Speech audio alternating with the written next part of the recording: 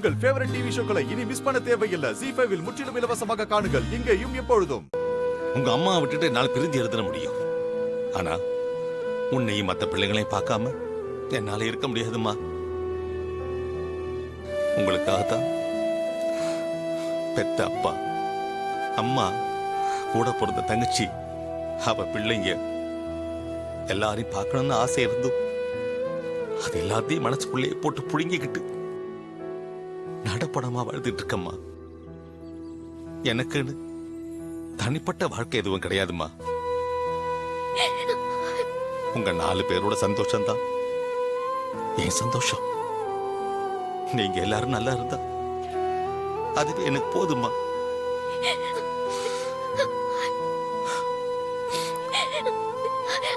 I love you, அப்பா.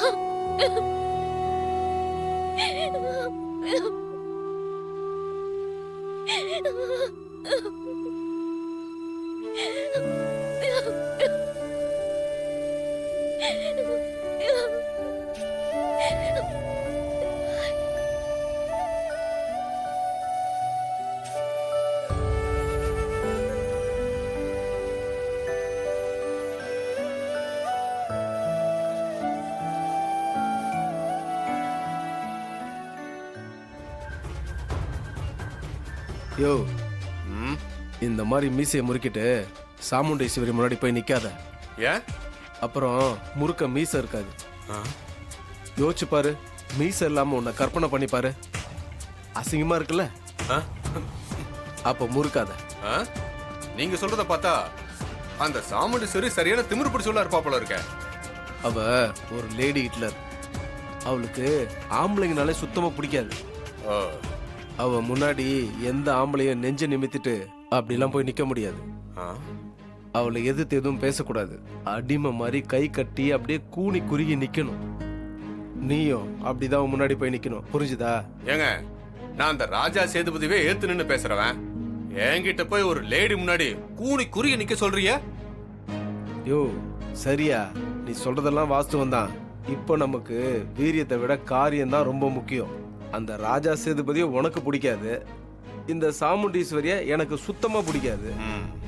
இவங்க 2 பேரையும் பழி வாங்கணும்னா நாம கௌரவம் பார்க்காம கொஞ்சம் இறங்கி வந்துதான் ஆகணும். சரி, இப்ப நான் என்ன பண்ணும்? நீ நேரா சாமுண்டீஸ்வரி கிட்ட போய் நான் ராஜா சேதுபதி அமிச்ச ஆளுன்னு சொல்லி உன்னை இன்ட்ரோடியூஸ் பண்ணிக்க. புரிஞ்சுதா?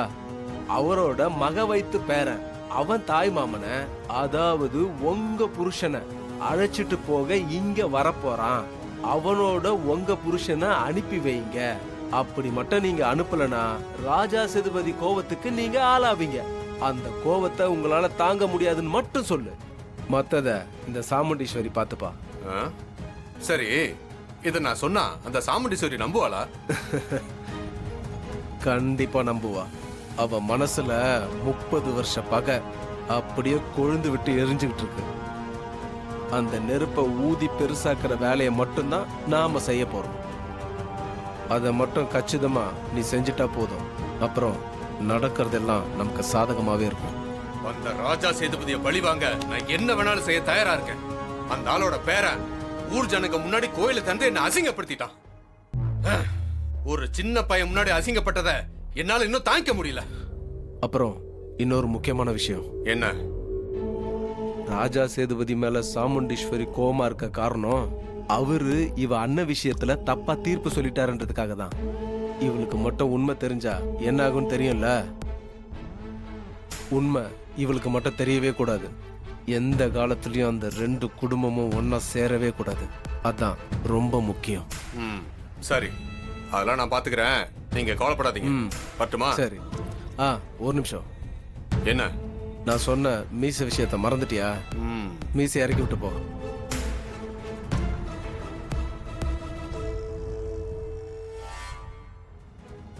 யார் நீ? எதுக்காக என்ன பார்க்கணும்னு சொன்ன? அம்மா, நான் ராஜா சேதுபதி ஊர்ல இருந்து வரேன்.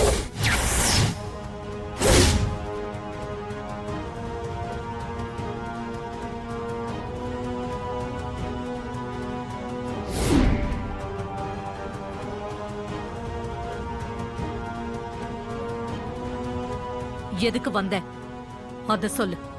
30 வருஷமா பூட்டியிருந்த எங்க ஊர் கோயில அவர் திறந்துட்டாருமா.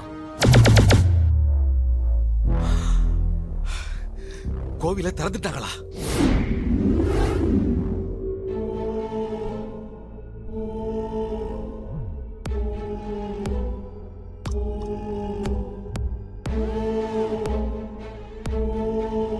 என்ன திடீர்னு கோயில திறந்திருக்காங்க?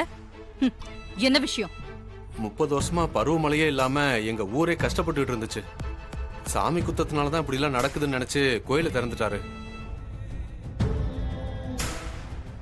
ஏன் இத்தனை வருஷமா காஞ்சு கடந்தது தெரியலையா? இந்த வருஷம் மட்டும் என்ன புதுசா ஞானம் வந்துருச்சா? என்னமோ தெரியல, இந்த வருஷம் திறக்கணும்னு முடிவு பண்ணி திறந்துட்டாருமா. அதையும் அவர் செய்யல. பின்ன வேற யார் செஞ்சாங்க? பட்டணத்துல இருந்து அவர் பேர வந்திருக்கான். அவன் தான் பூட்டை உடைச்சு கோயிலை திறந்தான்.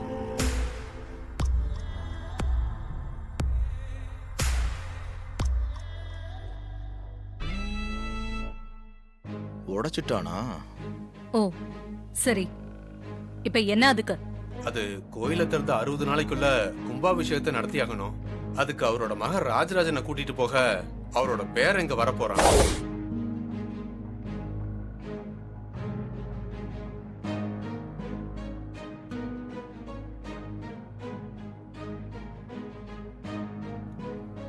அவரோட உங்க புருஷனை நீங்க அனுப்பி வைக்கணும்.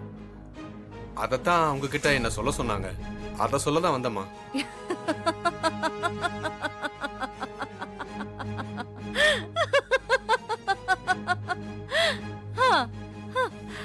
ஏமா அப்படி சிரிக்கிறீங்க? நான் என் ஹஸ்பண்ட அனுப்பி வைக்கணுமா?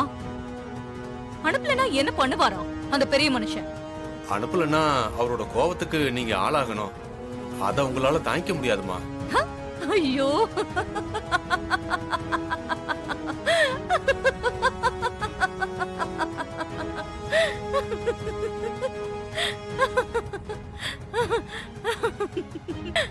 அப்பா ஏன் இப்படி நடந்துக்கிறாரு? அவருக்கு எதுக்கு இந்த வேண்டாத வேலை? வயசான காலத்துல சும்மா இருப்பனும் இல்லாம எதுக்காக தேவையில்லாம இதெல்லாம் பண்ணிட்டு இருக்காரு? ஒண்ணுமே புரியலையே கடவுளே. அந்த கிழவன் கிட்ட போய் சொல்லு, அந்த ஆளு பேரை இங்க வராம இருந்தாதான் அவனுக்கு நல்லது. வந்தா திரும்ப உயிரோட போக மாட்டான்னு சொல்லு.